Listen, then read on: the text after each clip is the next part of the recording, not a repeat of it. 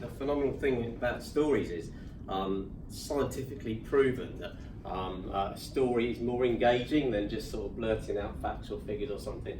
And for some reason, the brain just sort of takes in a story and actually registers it and logs it in, which is, I suppose, why we do nursery rhymes, and it's all sort of based around, even from our sort of very earliest age, stories are sort of key to education because they stick in your mind. So cool. How are we getting on? Can anyone say their story straight out and they use it every day in their marketing or It's just a small group. Yeah. We can press everybody, press as many as we can, I think. So, Mike, I can see that you don't have to, just a couple of words, perhaps just a key point of what your story is. Yeah, I mean, our firm's established in 1831 by a guy called Thomas Nunn.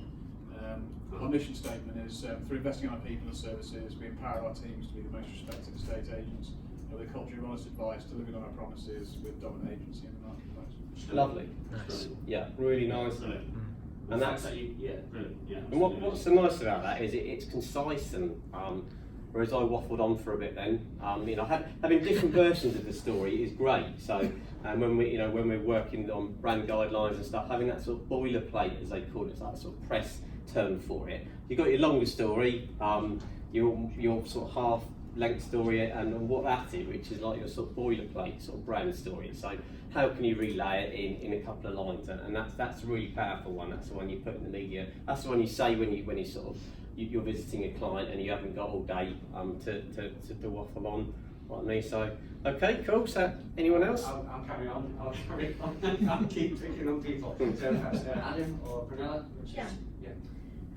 So neither of us were around when our business started. Yep. But it started in '92. Two very ambitious entrepreneurs got together and decided they were going to build the nation's favourite estate agent. Lovely. Yeah. Yeah. Really nice. Yeah. So that's what it was lit. And that remains to the core now. We still use nation's favourite estate. Yeah. We can't claim to be that yet. Yes. And we've had ongoing board level discussions about how we're going to measure that. But that is our ambition, that is our mission, that's our goal. That's really nice. Become the nation's favourite. And favourite can be interpreted in so many different ways. Yes. We believe that it's because we don't want to be just the biggest. It would be nice to be the biggest, but we want to be the favourite. So we're going to be looking at that in terms of transaction numbers, and combined with customer satisfaction. Fantastic. Really so nice. you've got where you come from, which is really nice. And I suppose. So is that? You don't, as part of your story, you don't say we've achieved that. You say we're always striving for that. So this is where we're going. So you sort of say where you come from, and we're always striving for this. So which is nice. It's sort of almost missing out the middle bit, which is good. So you've got the history and you've got the direction. Okay, now that's really nice. We've got volume direction as well in terms of how many branches we aspire to have within so many years. Yes. Yeah. So we that's kind of a fluid number as well. Yeah. But we've got our eyes on a set of number of branches that we want to achieve. Brilliant. Okay, no, that's really nice. Okay, fantastic. Perhaps Mark. Sorry, just jumping in. Mark, you were late coming in, but Serve me right. yeah, there we go. Fancy started. So, I've probably not got a short version of this. I can tell you exactly when the spark was lit. It was my son's first birthday, but I won't go into all of that. Well, but that's lovely in itself. That's just such an amazing start to a story that I think you should always start with that because it's more than a company name, and it's more than Yeah. a service. There's actually there's a story there. because you've got my attention here and I've not even heard the rest of it. I'm thinking, geez. Yeah, the rest it goes live, which is not quite as impressive there. But I can tell you, we were driving to Cheshire. It was my son's first birthday. He was asleep in the back, and my wife, who wasn't in the property industry, is as of this week. She joined the business, but she said, "Why do estate agents always work in this sort of way?" Yeah. The name Love to Move was born from there, and it kind of developed. And we have this aspiration now where we want to offer house sellers who are thinking of selling their house online a completely unrivaled service when doing so. And we do that by partnering with forward-thinking high street estate agents. So our aim is to take the company national and become basically the go-to brand if people are thinking of selling their house online, which I believe is a different service to selling house on the high street. Yeah. So that's our aim. That's our company vision. Okay, Really interesting fantastic. model Yeah, as well, nice. Just saying, it's a really interesting model that as well. It's quite, Yeah. quite unusual. So Yeah, no, it is. Mm. And you've got a differentiator there as Yeah. well, which is why you're sort of different from something. So, Mm. Okay, brilliant. So, Anybody else like to speak? Julian? Can you Yeah, summarise that? I don't know. For me, my spark started, I was a trainee surveyor back in the late 1980s. And I was going to do a correspondence diploma in surveying. And after nearly 4 years of loyal service, I knew the writings on the wall. My boss called me into his office on the Thursday. yeah. And he said, I'll need your car keys in the morning. And I said, well, why is that? He said, I've sold your car. Good story, So yeah. I said, Yeah. I said, right, okay. And he said, and if you don't work your week's notice, you can have the money tax free. Okay, Checked it yeah. out with citizens advice. This is in a world before the internet, for some of you in the room. Vaguely remember, yeah. So that for me was a decision that at some point in my future I will be self-employed. Okay. Yeah. Not too sure what, but I was in property. But the fact that somebody had the ability to turn around and just say to me, "You haven't got a job," was my spark to become self-employed. Yes. That was it. So that just Yeah. that's just sat for a little while. I got made redundant, then started as a trainee estate agent for Nationwide in Bury. And the guy that employed me was the area manager. He was a surveyor. He said, "Well, you're overqualified, but you can take 2 steps back to take as many forward as you want." Yeah. So within a year, I was the youngest manager in the country. Nice. Took an office from, in the old days before Prince House, it was just 5 staple sheets of A5 with a league table on it. Right. And I'd gone from page 5 to page 2, and we were starting to make some progress. And I met a business partner who came to work for me as my number 2. I left on a couple of years working in London because for me, you should always work with people that are better than you. Yeah. Don't work with people you're better, work with people who are better and spin off. And I was lucky to work for a small company in South West London, really talented people, learned a lot, came back, and that's when I met my old partner again, and we set up the business in '95. So we haven't got I suppose in terms of a mission step, we've never really had one. the only sort of strapline that we use is a property for everyone. Yeah. And that's the plan. So for me, we were in the Fine and Country network for a while. I came out of that a couple of years ago because it was just too expensive. But the idea is that we can sell a property at any level. So whether you want the smallest or the biggest, we've got a property for everyone. Lovely, That- yeah. that's it. nice. Yeah, that's nice. Clear message there, Yeah, isn't really it? clear, yeah. So it's Yeah. not, I mean, again, the biggest, we won't be the biggest, because I think to be the biggest, you have to have a certain mindset of just attracting instructions, and that's not what we're about. Our job is like obviously for everyone, and like I say, I'm a bit more analog in coming to the digital party. But you try and engage with people, you try and get, the long and short of it is we've been around for nearly 25 years, and the old-fashioned way of word of mouth, bizarrely, it's a different version now, because Yes. of online reviews. Yeah. We went through a stage of where, and I'm a bit of a blunt instrument, if somebody gives us a shit online review, I'll give it a bang. Fair enough. I'm the last person to do PR. Yeah. Yeah, you get away, stay away from the keyboard. I'm pretty much, come and fucking see us at the branch, we'll Yeah. sort this out. Brilliant. So, But that's what consumers are looking for. Consumers are looking yeah, for some type of personality. so realistically, it is interesting that the old ways to some extent still hold true with engaging with your customers. Yeah, You've 100%. got to, and I've always said in terms of, you want to stand next to somebody in the baker's getting a sandwich one day, and you know that you've never ripped them off. You can look anybody in the eye and go, you've got a fair deal. Yeah. And that's where the longer established businesses clearly have a message where you can stand next to somebody in the deli or the sandwich shop or the pub, and you can buy them a beer and know that you've never ripped anybody off. That's really powerful, yeah. That's a really nice sort of way to close as well, I think.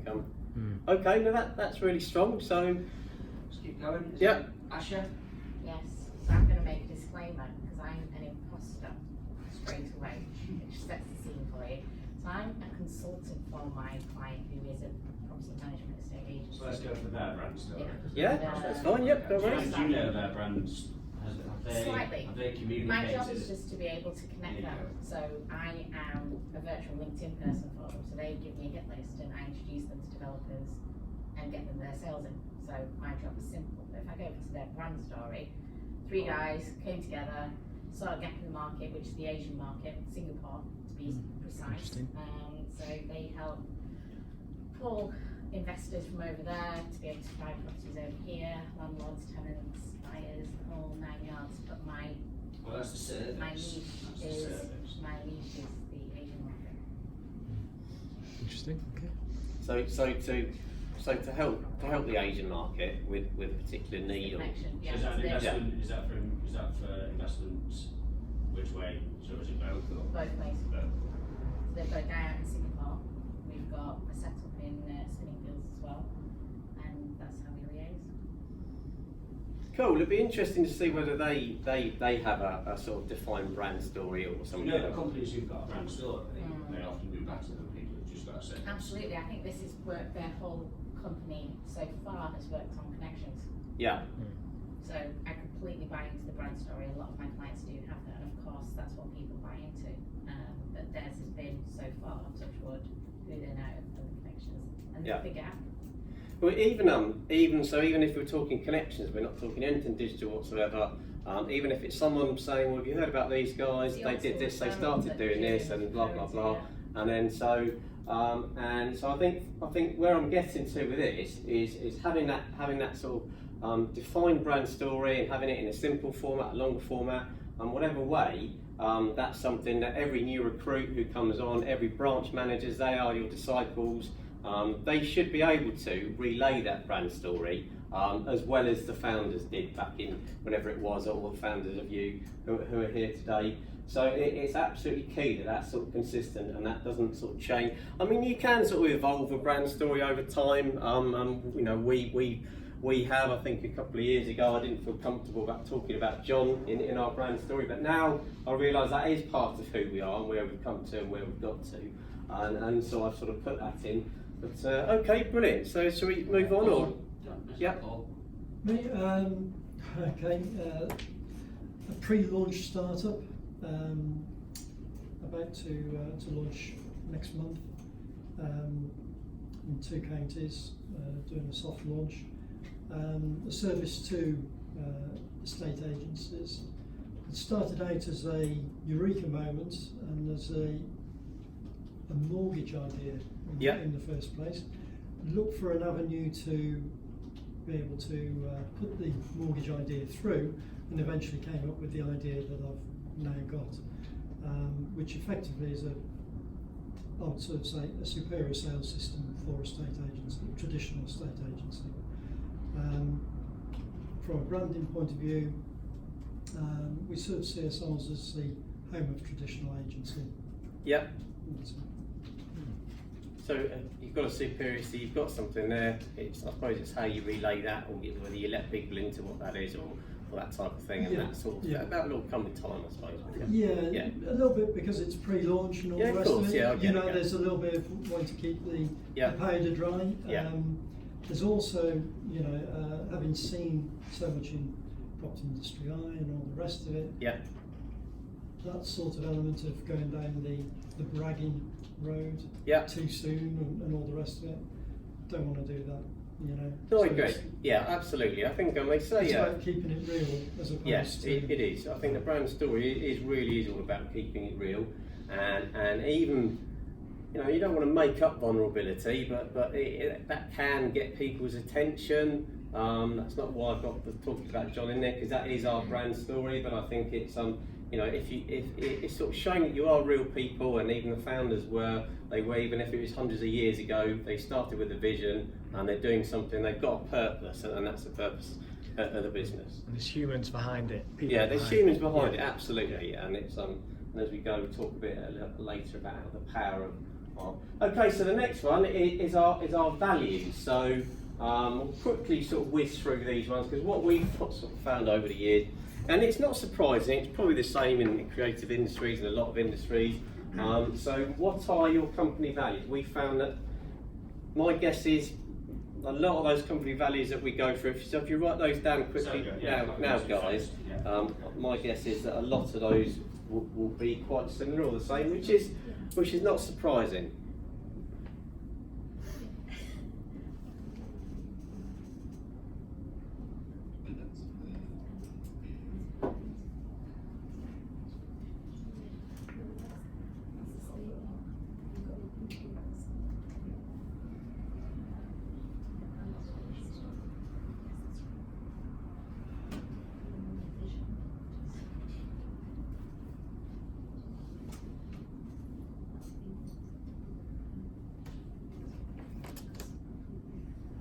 You're looking for one, or you're looking for three, Robin? Is it?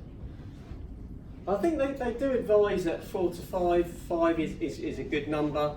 Yeah, should we crack on and we sort of go round? Let's just go for a couple this time. So anybody been able to fill out more than 2 of those? Oh, yeah. Paul this time? Okay, reciprocity, mutual benefits, integrity, fairness and honesty. Reciprocity.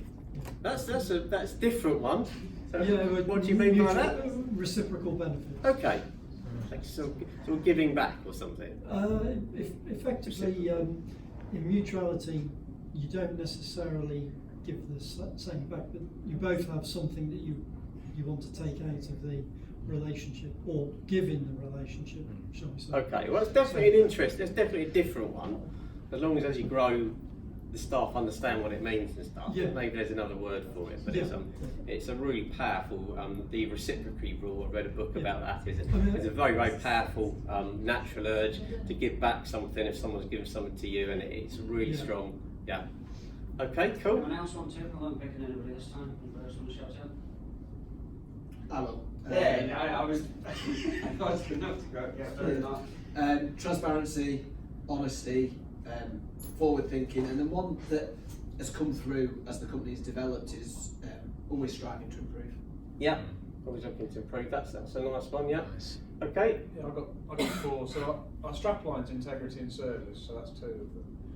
I always think they're a bit vague because everyone's got integrity and everyone's got service. It's just a question of where you stick with that. But for me, I think the 2 real important ones are accountability and loyalty. okay, accountability. So is lovely, accountability is really important. Yeah. On every, in terms of your accountability in your role, your accountability to your customer. Yes. It's quite interesting dealing with a lot of people who aren't accountable.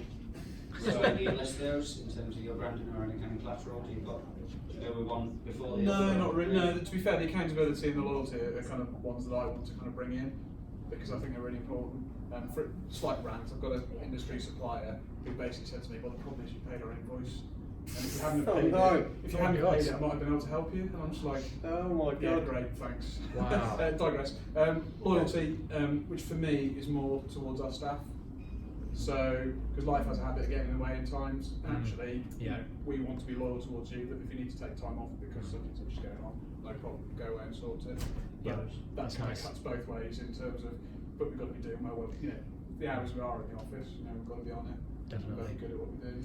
Yeah. So yeah. That's nice. I really like, they're really nice, honest ones there. Yeah. They're sort of, yeah, I think, and I don't think they are that generic. I think accountability is one we don't actually hear all that. I like the second 2, the first 2 are like, Yeah. less so, but Yeah, no, I think those 2 are really strong. Okay, cool, guys. Anyone else?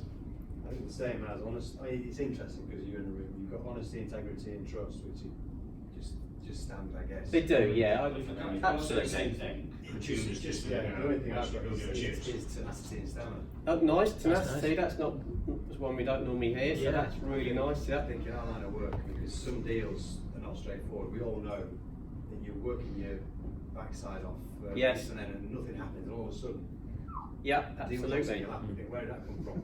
And it came from a conversation you might have had a year ago, or it just might have been a conversation you just kept on, and it's tenacity, and it's knowing that. Because I think sometimes you can give up on a deal quite easily. Yes. Whereas Yeah. actually, you keep going and keep going and keep going. That some of the deals aren't easier. That's a really strong one. Yeah, and as I say, that's quite a refreshing one that we don't, we very rarely hear. So, and it's those ones that are a little different. Having a set of 3 that are, great customer service, loyalty, the ones that come up again. There's nothing wrong with having them in there, but I think having a couple that are just that bit different Really reflect your Really personality. reflect your personality, Yeah. and why, you know, why you back to your story and things, and they're good to have. Okay, guys? Anyone So, else? I don't want to be left out now because everyone's said it. So with Setio, they've also, over and above what everyone else has said, they have community and they have rewards. So Community, that's lovely, yeah. The thing is they donate 5% of their profits every quarter Lovely. to a local charity. That's cool. And do runs and stuff with their community tenants. Yes. And the rewards thing is they have a rewards platform for all their tenants to be able to bring everyone together. Lovely. That's Brilliant. more and more going. I love the community one. That's really good. Really strong one to ingrain in everything you do. Okay, cool. Two different. I think the only probably different one is we said drive and empathy. Two very different things. Drive very much within our company, driving everything through from obviously the sales to our attitudes. The other one's progressive, integrity involved, giving back, and then our annual staff appraisals are judged on these values rather than Nice. KPIs. It's similar to ours. really. Absolutely, yeah. It's just what I was going to say. So drive's a really nice one. Ours is sort of going above and beyond, going the extra mile. Because we've always been, Eddie and myself have always been like that, just doing that a bit more, and that's probably why we're not as profitable potentially some of those other sort of providers More out about there. the passion. It's our passion. It's what Yeah. we do, and going above and beyond, doing that little bit extra for our customers and our clients is who we are. And we'd like our staff to do exactly the same. So yeah, drive's a really nice one. So in terms of your values, I think they're absolutely key that the values are sort of relayed and as you said then, so whenever we recruit people, we sort of go through the list of values and ensure that they're all sort of ticking the box. And those sort of quarterly reviews that we have, we go through, and even if the staff member has been with us sort of 4 or 5 years, we go through how are you getting on, are you going above and beyond, and sometimes you'll get a really good team member, whether they're for whatever reason a bit tired or and they've gone above and beyond for 3 years, but then now we're just not sensing they still are, and that's a really good time to sort of engage with them to say, is everything okay? You know, is everything all right with you? Is there anything we need to discuss? We've noticed this and this, and it just sort of keeps everyone on the same page, and it's been really effective. And it's just absolutely one of those other things that needs to be consistent, and everyone knows what those sort of values are across the business. So, okay, guys. So, the differentiator. What are your unique selling points? So, we just quickly. I mean, this is a really hard one, and you know.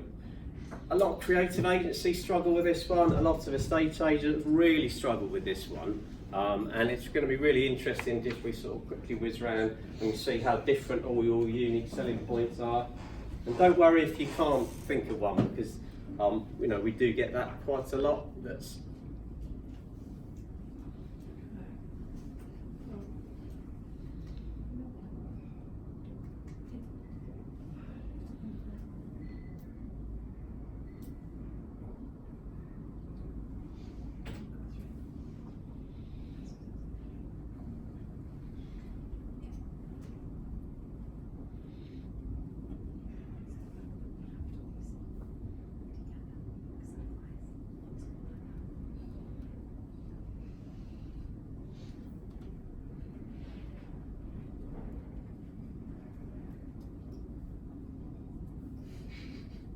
Tom's lunchtime.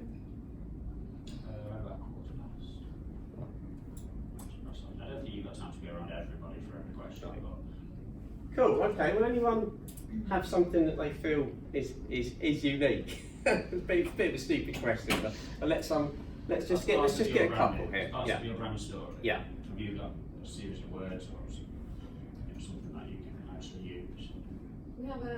We struggle because I think every estate Oh, agent- it's so hard, There's honestly. nothing It's- there's very little I that get an it, estate yeah. agent can do that Yeah. everyone else can do. I totally so get it. we struggled, so we decided to come up, we have to put 3 and we have to keep 3 combined all the time. Yep. Because that's what potentially could set us apart. Lots of agents will have 1 or 2 or maybe, yeah. or Nice. 3. Yeah. Nothing wrong with that at all. But That's not many probably have all 3. So we're independently owned, so it's franchise. yep. combined with the high level of customer satisfaction, which is above the national average. Great, yep. Combined with a fully trained staff through our training academy. So it's training, customer satisfaction, and independence. That's nice. Yeah. Brilliant, yep, really strong. I think that middle one sort of stood out for me as being if I was potentially going to use you. So you've sort of proven that you're doing an amazing job, and you've got that sort of accreditation, that backup to sort of prove that. And it's not just you saying it. So that's really nice. So just one quick one. Anyone else? I think it demonstrates the fact that if you don't have that, and a new start comes along, they get a creative agency to come up with a unique selling point. That's what your competitor will just plough through everybody, because they'll have found something unique. They'll work out what that message is. They'll be able to repeat it time and time again. So the consumer goes, okay, I've heard that. They stand out, and know that are potentially they can just open up. And what a creative agency won't do is come and tell you what it is. They'll get a team of you, branch managers and founders, whatever, and sit in a room and won't let you go until you have that come up to them. Okay, we'll just get one more, sir, and then we'll crack on that. It's got to be people. Yep, your people are your unique selling point. That's That's nice. I strongly believe you should have the key person with the brand behind it. Yep. Rather than the brand first and then something like to. Nice, yeah. Makes sense. Yeah, talk a bit about that later on, personal branding and stuff, yeah. That's cool. So your people are what make you different. Yeah, because by definition they are your USP. Yeah. They work for two agencies. And they're all unique. Yeah, And they're all unique. Yeah, it's quite easy one Yeah. actually, and people by people and everything else. So I like that. Sure. fine with it, yeah. Yeah. That's cool. That's real people sort of focused branding. And so the ones that we get over the years, so award winning, that's a really good one. That even though there seems to be loads of awards out there, and there seems to be an award for just about everything at the moment in the ESTAs and this, that, and the other. But from a customer's point of view, they don't know that. They don't know that there are multiple awards, and I don't want to get in trouble here, but arguably they're just a good way of making money and for everyone to get dressed up in a black tie and whatever and get pissed. But it's but they do work from a customer's point of view. They don't know that and they still count for something. And it certainly helped us in terms of winning that Negotiator Awards for the best website, and the Times one, and we won a DesRes for another website, best website, and they've definitely sort of backed up. So if we're sort of saying this, that, and the other and talking about ourselves, we've got someone else sort of saying the same thing, and it's just like testimonials as well. It's the same type of thing. So people need something to help them trust you. So members of the professional body, so that's another one that we've found over the years that customers have actually taken account of. Just putting a Rightmove logo on there doesn't normally cut it, but in terms of being members of sort of trade associations and professional bodies, that's helped. So market share, which is not something we can all do. We certainly can't do that from our point of view. We can't say we've got 3/4 of the market shares, because there's other people churning out those templates and things who have a larger share than us, but we're happy with that. But that for those bigger agents, that can really help. So why are they so big? They must be good. Fancy office. Some people like it, other people aren't that fussed about it. I don't mean there's no right or wrongs there, but for some people that does make a difference. So, and then experience and track record. So. Cool, so 42% of customers can't discern which brands are trustworthy. So this is another one that over the years, this is where it can get that bit more complicated. So we've talked about things that absolutely shouldn't change, however many branches should remain consistent. But when it comes to trustworthiness, because they are one of the key reasons why someone is going to choose to use you over a competitor, then some of the things that have worked well for us in the past are these reviews and these review sites, and whether that's Google reviews, Trustpilot, FIFO. When some of our larger clients implemented those, we saw an increase in engagement and conversions on their website. So, and some of our multi-branch agents clients who they've got over 100 branches. They've actually you've got individual reviews for the individual branches on their websites, And there's also like a bit of a double whammy there, because if you've got, you know, 7 or 8 branches have got a 5-star review, and then one of them's got a 2 or a 3, and it's a bit of a wake-up call for managers, for yourselves, to say what's happening there. Once again, it's something we need to talk about, and also it's a bit of a kick up the arse because people are competitors. They don't want to be seen like they're getting you know, lower reviews than their other branch managers in some of the other branches. So so that's worked really well in the past. And then, so just to completely contradict that and sort of counter that, the other way of doing it that YouMove were particularly successful with is to not specialise on the individual branch reviews, but just to really concentrate on getting all the customers across all the however many franchises they had, you know, 100 or so, 120 now. But I think from around sort of 60 franchisees, they were able to say that they were the UK's #1 rated estate agent by customers on Trustpilot. So they really invested in asking every single customer they had that was happy to go onto Trustpilot, write them a review, and it's going to be a 4 or 5-star review.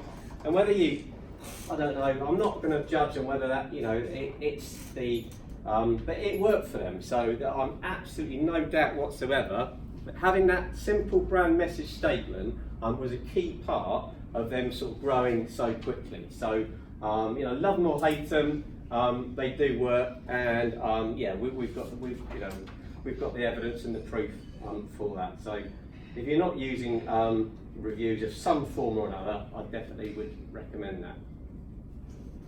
Cool, so 5 things you can do to maintain your values across your branches. So what I'm going to do now is I'm just going to sort of whiz through these and sort of show some examples. So rigorous hiring practices, so this is what we talked about earlier on. So when you're employing people, I think it should really be you're asking about technical capabilities, but asking them what they're into, make sure that they tie in with all your brand values in that early stage, because they are going to be your sort of brand disciples. So talk about your values, talk about them every day, talk about them in all your marketing, in your internal communications, develop and maintain traditions.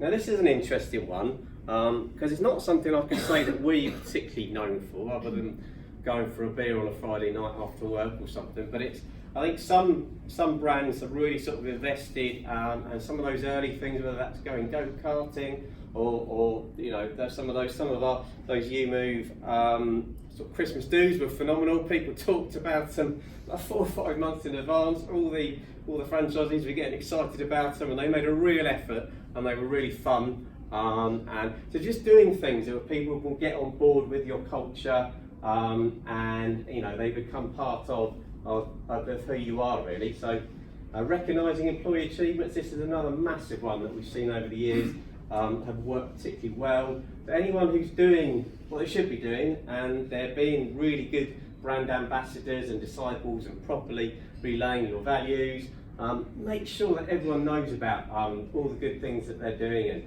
and give them, you know, whether that's prizes or put them in the monthly newsletter, which leads me on to the next one. So keep lines of communication open. So as I said earlier on, some of our larger clients, they've got branches down in Devon up to Aberdeen, and so how do you keep that sort of internal communication, and having sort of things like Facebook groups so everyone's talking with each other, and weekly newsletters, news about franchisees or branches who are doing particularly well. So keeping that communication between your branches creates and sort of builds that culture, and should help you sort of scale without losing those inner core values of the business.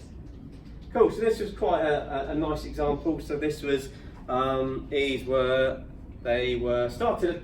came to us as a single branch, and now they've got 5 branches. They're based down on the south coast. They're called Mayors. And what we did was we created an illustration in the sort of brand style of each of their brand values. And say 3 or 4 years after we did that original branding, these are still absolutely key to every piece of marketing they do. So they're everywhere. These animals are everywhere. And the nice thing about this is that not only are the staff seeing them every day, but the customers are as well. So the customers are seeing what your brand values are, staff see what your brand values are. You can't get away from them. So they're literally on everything you do. So from advertising to t-shirts, they've got t-shirts for the children. And what one thing that was one thing that was quite nice. I'll talk about in a moment. But in fact, they made them fun in a way. So you've got the illustration style there, and they've got for sale boards that have these different illustrations on with the different brand values. And people were sort of taking pictures of them. Kids were taking pictures of these at the local school and sort of using them as top trumps. I've seen a swan today, or I've seen a pug today, and so they made them fun, they made them engaging, and they've made them bloody consistent, because they're literally been in, as I say, in every piece of marketing they've put out since they started. Cool. So Sorry, where are they? they're Poundbury, which is near Dorchester on the south coast. Yeah. Cool. So write down 4 things that your customers want to hear you say through your marketing and in person. So it was a bit of a mouthful, that one, but it's and it was quite a hard one. I mean, we didn't know whether to leave it in, but I think it is useful to have it there. So if you guys, What it is from each of you will perhaps talk to a customer in a certain way. You'll be able to express that. Is that still happening within your marketing collateral? And I suppose that's what I demonstrated in the past couple of slides before. So they've got those 8 core kind of values, highly skilled, and that they don't need a member of staff to see that that's what that agency is about. It just comes across, I can read it, I can see, I know what a swan is, they're calm and considered, and I make that association with that agency.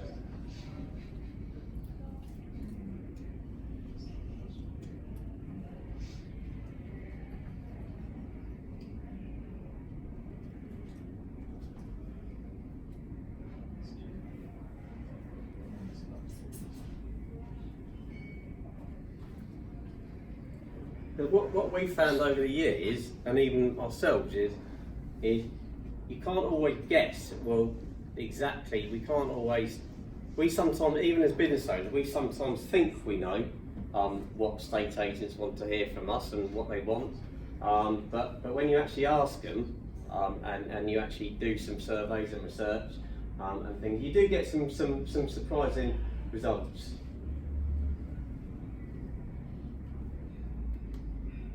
Okay, so I think over the years, so these are the ones we've done some research ourselves, and the ones that we found are. I'm testing you here, guys. So I hope you've all got story and values in there, because. So why you're different? So that's your differentiator. So we're doing the ones that we've been through. So we've got our accreditations and testimonials, and the killer one. We are the leading local area property experts. Now I know that Purple Bricks have quite cheekily nicked that one, local property experts. And all due respect to them, love them or hate them, I can imagine most of you hate them. But it's but they've been quite canny in the fact that they've done that, because they know and they had enough money to do the research that actually a lot of the public they want to know that you're going to get the best price for renting their property or selling their property. So they want to know that you know more about the area and are going to be able to sell it quicker and for a higher value than the next pod that they're going to, or the next estate agent. So this is something that is actually really quite key.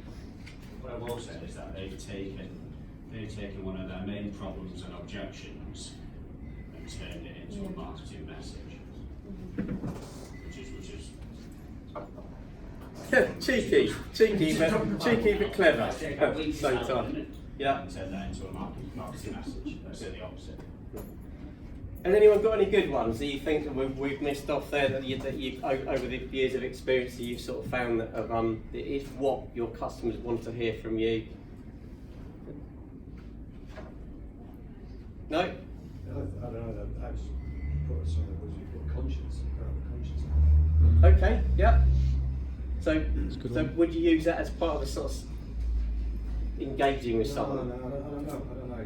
It's difficult because at the end of the day, when you boil it down to its component parts, it's we just want to win. We want to win instructions. Yeah, yeah, That's our crucial. That's our job. yeah, for Win sure. Yeah, instructions. yeah, You can't just say it's as simple as that.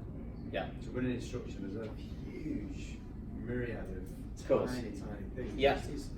I think it's. I've just said historically, you're not trying to get one. If we knew the one thing that we could do to get instructions, i.e., purple bricks, if you knew that one thing, we just do that one thing. Yes. But it's not the one thing. Yeah. You are constantly trying to second guess what people's expectations are. And Absolutely, yeah. either at least meet them or exceed them. Yeah. So it's difficult, isn't it? It is, yeah, and that's why someone with a wealth of experience like yourself, you've got all this in the back cupboard you can bring out for whatever type of person you're speaking to at the time or stuff, and that is where experience, you know, can really help. But online is different. Online is changing the way people think. Yes, yeah, To for some sure. extent. I think the difference is, and this is not meant to sound discouraging, purple bricks have changed the way people think online. Yeah. They've changed the perception of what people think they can get. I'm not trying to sound this churlish, in a churlish way. Purple bricks have been found out to be on the whole utterly useless. That's not the perception. It's not the perception. The perception is they are phenomenally good because they've got this huge amount of money to spend. On for sure, on branding, yeah. But when you actually scratch beneath the surface, Yes. your brand is, you've got to interact with people. And in terms of property, you can't interact with an online call centre. It doesn't work. But there's no mention of that. Purple Brick steers a million miles away from that online call centre mentality. Yes, yeah. The perception is that they are local. And this is where sort of brand messages, and because we know there's that phenomenal, a really funny example of a so-called local property expert, Purple Bricks, who covered an area of South London. They covered well over nearly 2 million people, and they were a local property expert. So I suppose these things over the years they do. This morning. They do come back to bite you, because I suppose there's only so long you can go on saying that. But so far, in terms of growth and getting the average sort of customer, it has worked for them. But it's, yeah, we shall see. We should well see how it goes from. Cool. So what I'm going to do now is show some examples, because I'm going to focus on this one here. So this is a really important one that we get over and over again.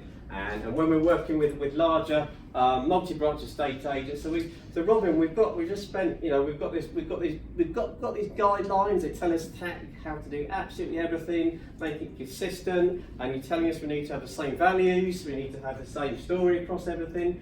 But we are local property experts of our area, and we are, you know, we are the foundations. We know our area like the back of our hands. How do we sort of show? How do we show our I suppose our expertise in that local area within this sort of larger brand that you're telling us needs to be consistent all the time? So what I'm going to go do is to show some quite nice ways of doing that. So these guys have got about 14, 15 branches around sort of Reading, and so the logo always stays the same. They've got the colours, they've got the typography. And so they're rigidly in place, and they always stay the same, and they shouldn't be changed.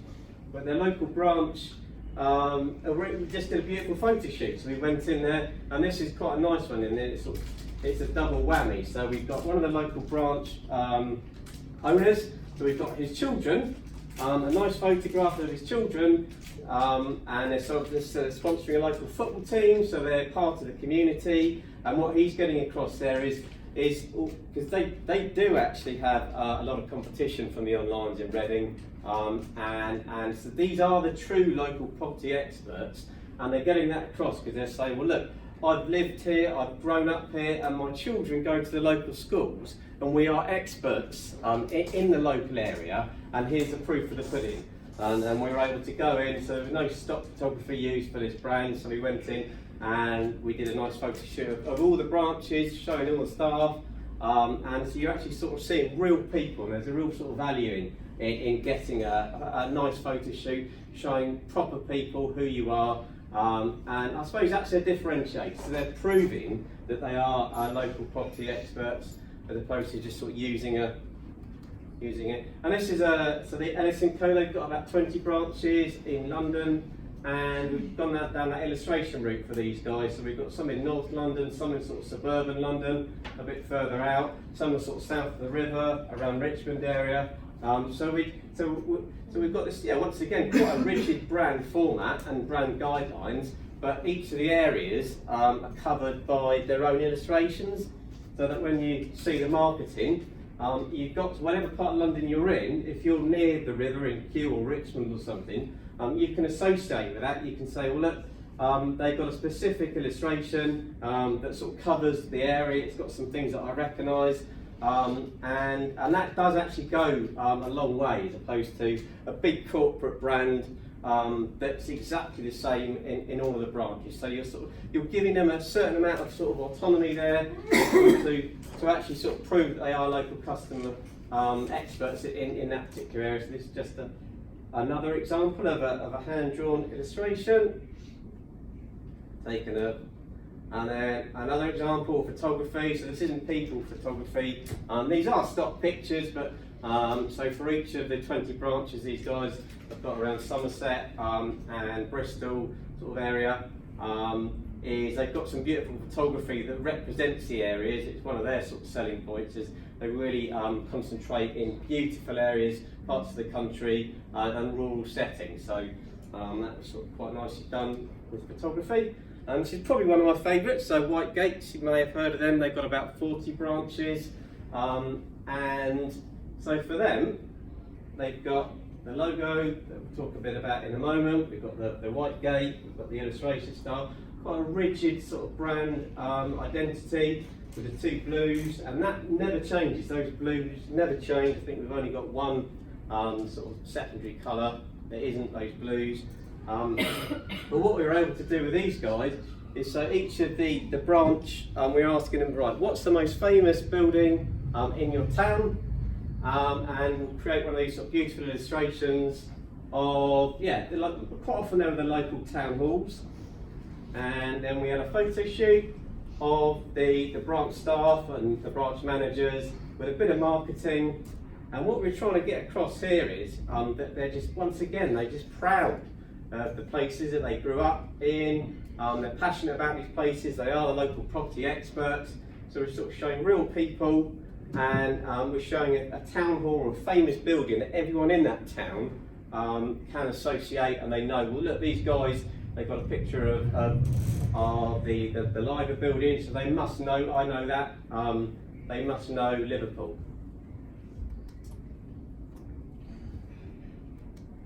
And then so we did. Okay, I'll put the whiz through then. So we're proud of Barnsley, and we're proud of Leeds, and then proud of Gateshead, and then once again back to Mayors again. So I know we did the individual illustrations, but we also did the same for the individual branch managers. So they came up with some crazy illustrations for those.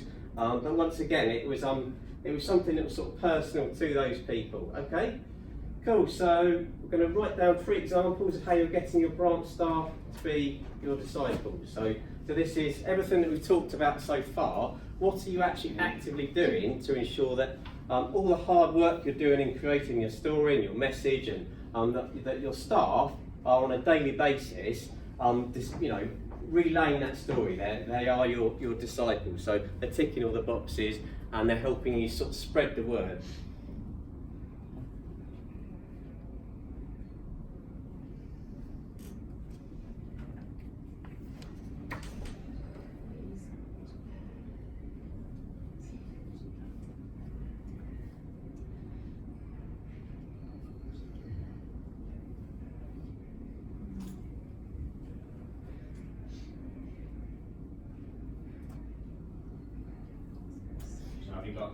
Have you got anything that's consistent in place throughout your organisation?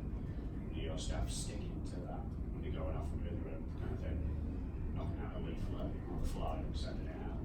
Cool. So the ones that we've come up with over the years, and that we've had all the feedback from the research, and so involving your people is absolutely key, and getting them involved in the brand. And I'm going to show some examples quite soon of how we've done that.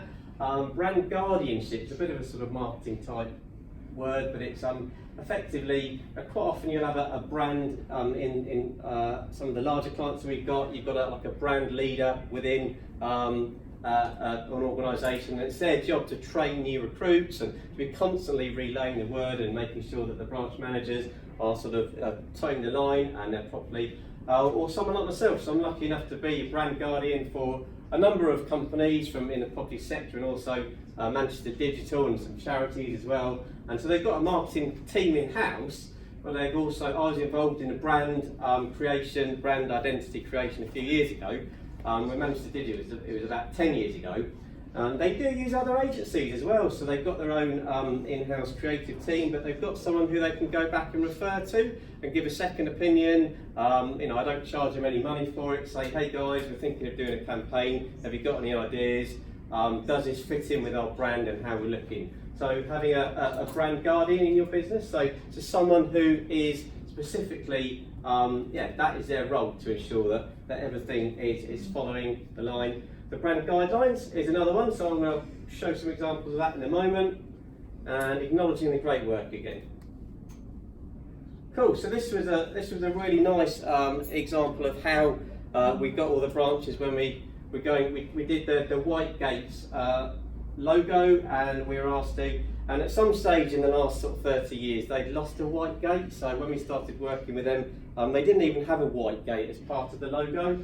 And we just thought, what's the first thing we do? We need to bring the white gate back, because it was quite famous in the 70s. They were the first to do TV advertising, and they were the first to do no sound, no fee. But they kind of lost their way over the years, and they lost the white gate. So that was the first thing we did. So we showed all the branch owners a number of different variations, and ultimately what I'm getting at here is we got them involved in that creative process, and that worked absolute wonders. And believe me, because we've done it with, and we've done it without. If you can get your branches involved in the creative process, and I think sometimes owners will say, well, it's going to be a nightmare. They're not creative people. They're going to go off in the wrong direction. But as long as what you're showing them, you're happy with any of them to go with any of them, then don't show them something really terrible, because you can have a complete nightmare then. But I would have been happy for any of them to have gone with that. But what you're trying to do there is getting them involved, so that in the end they picked this one, which was my favourite, luckily enough. But they feel like they're part of that process. And then we did exactly the same thing with the boards, so we showed all sorts of board variations. And this is something we found over the years, if you get the wrong style board design, or something that not all the branches are happy with, then there can be absolute uproar. So if it's just sort of enforced from the top level. So it's another really easy process. You just send it out to everyone. You can do it all automated. You can just fill out the form, what's your favourite one, get it all back, and in the end, they went with at least one of my favourites, I think. So just a really good way to engage and get the sorry.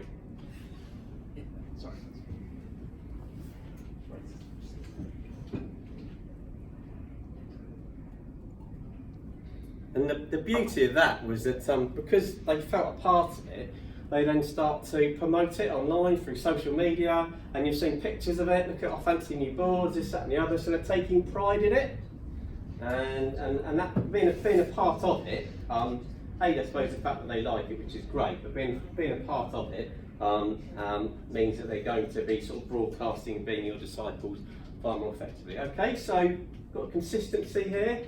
So brands that are consistently presented are 3 to 4 times more likely to experience brand visibility. Now, how on earth anyone has come up with that, I have no idea, but I saw it on Google, so but it ties in with what I'm saying. But I mean, the best, strongest brands in the world, people like McDonald's and Coca-Cola, and they do a really good job of that. So I'm just gonna really quickly whiz through brand guidelines. And so often brand guidelines, they're not done to the level that they should be. As soon as you have more than one branch, I think you need to go back and just check that you've got some of these key things within your guidelines. Too many guidelines that I see just have a logo, just have the colours, just those real sort of basics.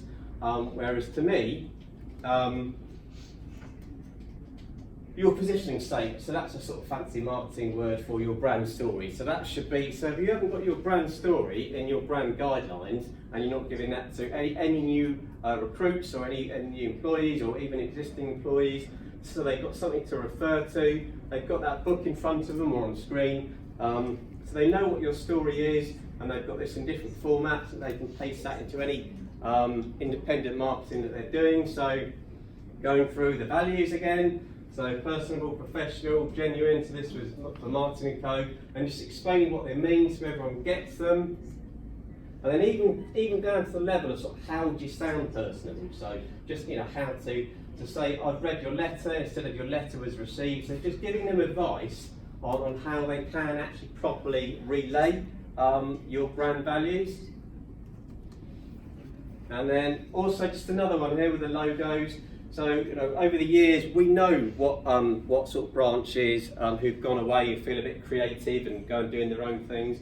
And some of the things we've seen is just absolutely phenomenally shocking in terms of if you give them that autonomy to go away. And one of the key things that we found over the years is quite often branches will like to say the name of the place they're in with the logo. So it's just sort of covering all the bases, all the things that you see that people will go away. If they're not told what they can and they can't do, and they're not given enough options, they will go away and do their own things. And having things like the annual conference, sort of saying where they are, Martin & Co, Aberdeen, so, and doing that in the different formats, so for the different shapes and areas and things.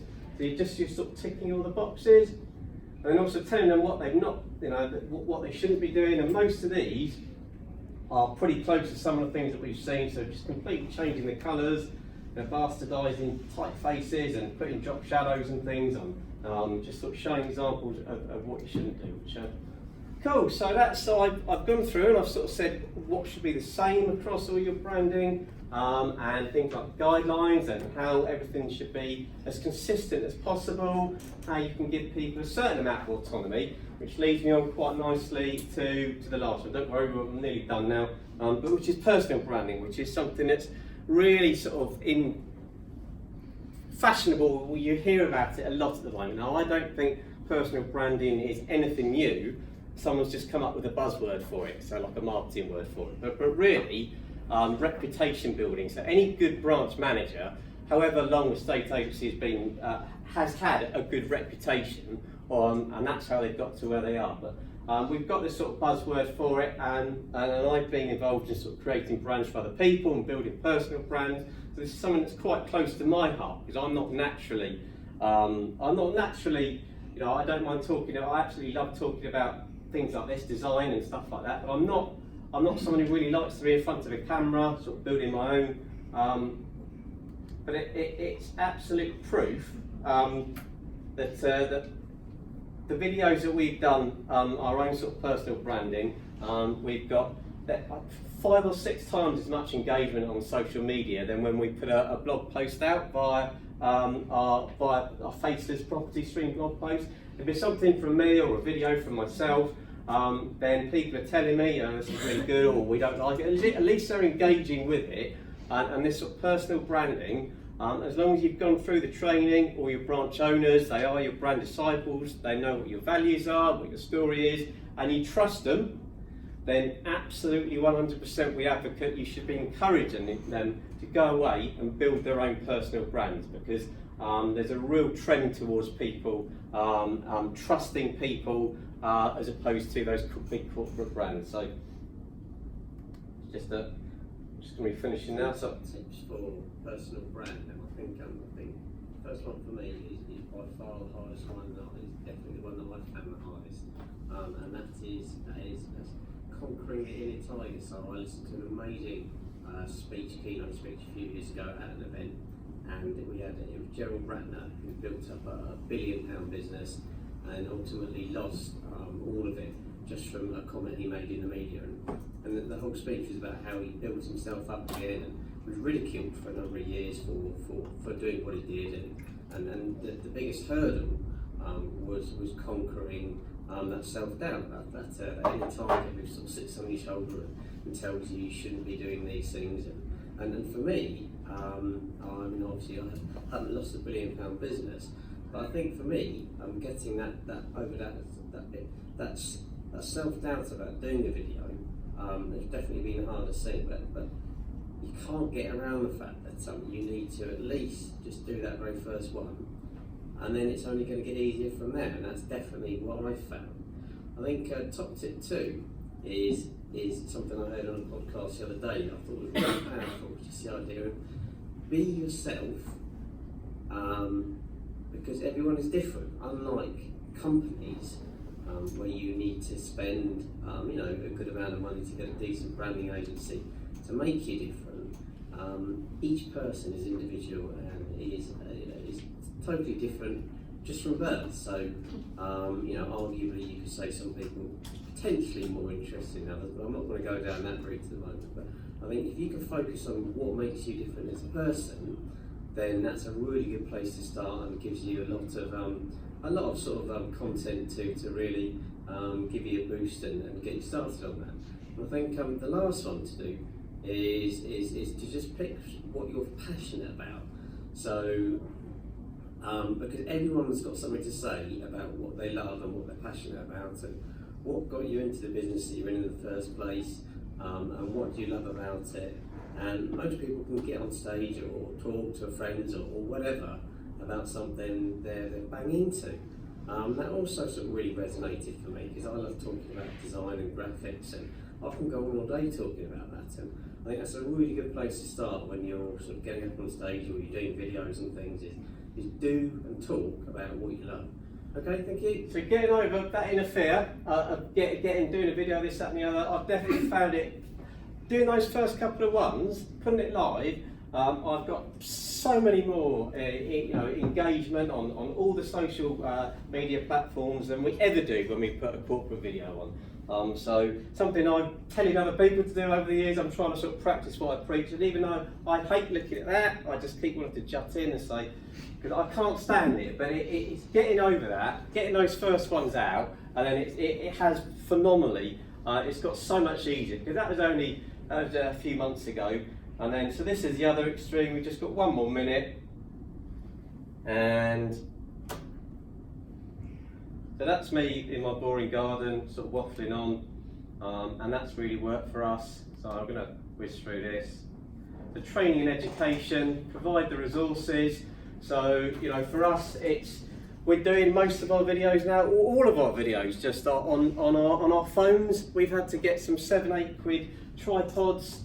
We've got some mics that have cost, we've probably spent less than about 40 quid, and we've started doing content ourselves, and so, but just making sure that your staff and your brand disciples, whether you're paying for training, personal branding training, that's something we can help with. There's loads of people out there. Christopher Watkin bangs on about it all day long, that video content, and providing the resources for that. So if someone wants to get a microphone, this, that and the other, just making it as easy as possible for them, so that when they say, I don't feel that comfortable getting in front of the screen, which I didn't myself, you're just sort of getting through those objections. Well, I've got you a bit of training, just giving them the confidence to do that first video, because it only then gets easier. Cool, so this is the other extreme. So, and we've done all of this on that same budget. And we're going to be doing some interviews. Phil, we're going out on Streamliner tomorrow. We're going anywhere in the entire world. Where are we going to go? It's got to be Kent. I've got an absolutely jam-packed journey planned for us. It's going to include talent, sailing, and cocktails.